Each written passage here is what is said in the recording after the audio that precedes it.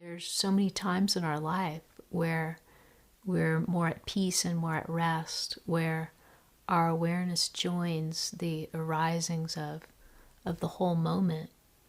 And sometimes we don't take note of that because, we may take note in that we might enjoy it more or things like that, or appreciate the beauty of nature, for example. But we may not take note that for that time we were absent of referencing ourselves. Or if we were referencing ourselves, it might have been one of many things that we were sensing. And so there was less of this kind of insular experience. It just revolves around a sense of self and more of a global, interconnected experience. But it's also not always observed that awareness, didn't have an edge or a boundary. And so our sense of self that feels boundaried may not be the only sense of self we have. We may have something about who we are that's not defined by the edge of our skin. And so the more we explore these things and sense into them, the more they shift and change our perspectives and the way that our mind references our sense of self. And the more our sense of identity and who we assume ourselves to be and take ourselves to be softens, and it opens to other possibilities.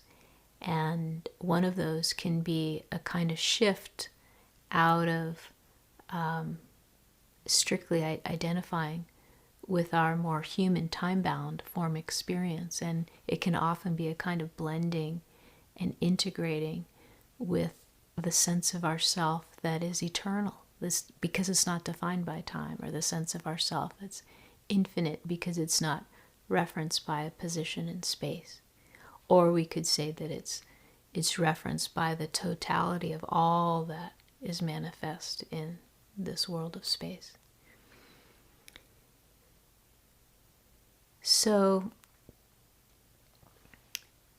this divine self really has these hallmarks of this immediate, this direct encounter and sense of that which is not defined by time and space, or we could say is eternal and infinite.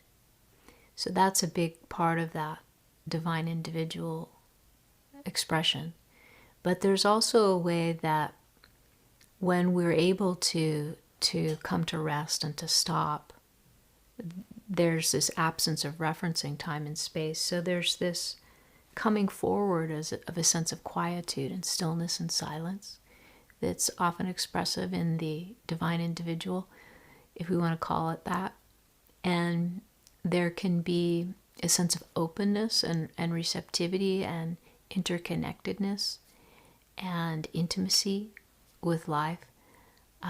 There can be, and that can give a person, greater qualities, greater access to qualities like deeper listening, truer seeing.